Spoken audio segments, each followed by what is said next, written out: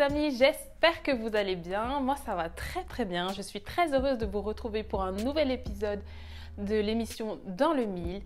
Et cette fois-ci, notre invité c'est JP. Coucou JP, salut, j'espère que tu vas bien. Salut Géco, salut à tous aussi qui nous regardaient. De quoi est-ce que tu vas nous parler aujourd'hui? Aujourd'hui on va parler des pensées et vous saurez pourquoi se voler à cette tête-là quand même. Parce que c'est pas courant. Ok, d'accord, ça marche.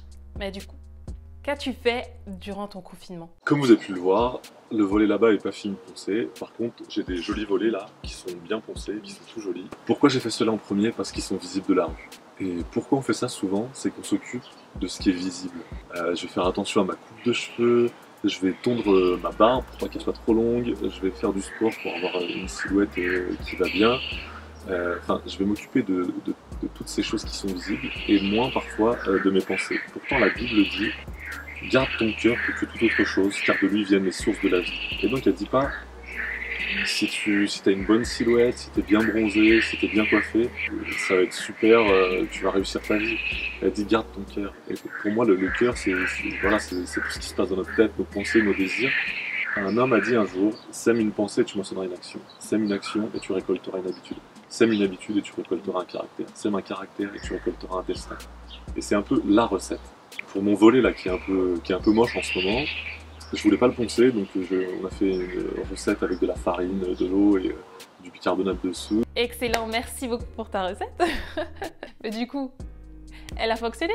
Je sais pas si elle a marché parce que en fait, je l'ai pas bien respecté. J'ai pas été jusqu'au bout, je l'ai laissé trop longtemps et ça a séché, donc maintenant je dois nettoyer.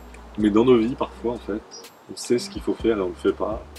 On fait des choses qu'on ne devrait pas faire et on les fait quand même. Jacques en parle, il dit que voilà, notre convoitise nous pousse à faire des choses, à pêcher. On est capable de faire plein d'efforts pour avoir des abdos, pour faire des choses comme ça. Et pour faire ça, en fait, pendant le confinement, on a fait un peu de sport avec les enfants, avec des amis de l'église. Tous les soirs à 18 h, on avait un rendez-vous, on se connectait et on faisait une séance de sport ensemble. Est-ce que ce changement a impacté ta vie? Est-ce que grâce à cette expérience-là, il y a eu un changement de façon de penser dans ta vie? La bonne recette pour nos vies, comment faire quand on est dans une situation comme ça, on ne sait pas trop ce qu'il faut faire, on ne sait pas trop ce qu'on devrait faire, ou on veut se sortir d'une mauvaise habitude, on sait qu'on l'a fait mais on veut arrêter. Mais je pense que c'est simplement de fixer des rendez-vous comme ça en fait, où on peut, un temps en fait, où on peut se poser et réfléchir en fait à pourquoi on fait les choses, comment on les fait. Et il y a des choses qu'on va réussir à identifier nous-mêmes tout seuls dans un temps perso, mais parfois en fait on a besoin d'en parler avec d'autres.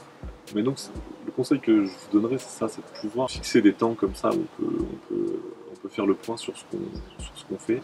Et autre chose aussi, l'autre apprentissage par rapport au confinement et à ces choses, c'est que ce volet là, je m'en suis occupé en dernier parce que j'y accorde pas beaucoup d'importance en fait, parce que je me dis ouais, il est du côté de la maison où personne ne voit, donc il n'est pas très utile. Mais en fait si, il est très utile parce que quand je vais partir en vacances, je veux fermer mes volets, tout bien sécuriser pour être sûr de ne pas faire cambrioler, parce que je me suis déjà fait cambrioler il n'y a pas longtemps. Et donc parfois tu peux te dire je suis pas utile, je sers à rien, ou faire ça change pas grand chose. Mais mes volets, comment ils sont usés? C'est les intempéries en fait, c'est jour après jour, les rayons du soleil, de la lune, la pluie qui est tombée dessus, qui les ont usés. Plus le temps passe, plus ça les use. Et donc, chaque petite pensée que tu as, chaque petite chose que tu as en toi, si elle est bonne, ben ça va t'aider à tenir, à avancer. Si elle est mauvaise, ben ça va t'user comme ce volet et finir par te pourrir un peu la vie. Donc si tu te dis je sers pas à grand chose ou ça ne sert pas à grand chose de changer cette habitude, oui c'est très important en fait. Parce que c'est une accumulation de petites choses qui va façonner comment tu es. Alors c'est marrant que tu dis ça, enfin marrant, on se comprend, parce que souvent on a peur, moi, comme moi, de faire le mauvais choix ou on fait le mauvais choix et on se sent vite inutile, de se dire j'aurais pas dû faire ça ou ça sert à rien que je fasse ça. Tu peux nous dire comment tu fais dans ce cas-là?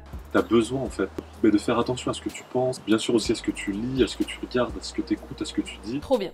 Merci du coup pour ce partage déjà. Alors, est-ce que tu aurais un défi ou quelque chose à nous partager pour l'été?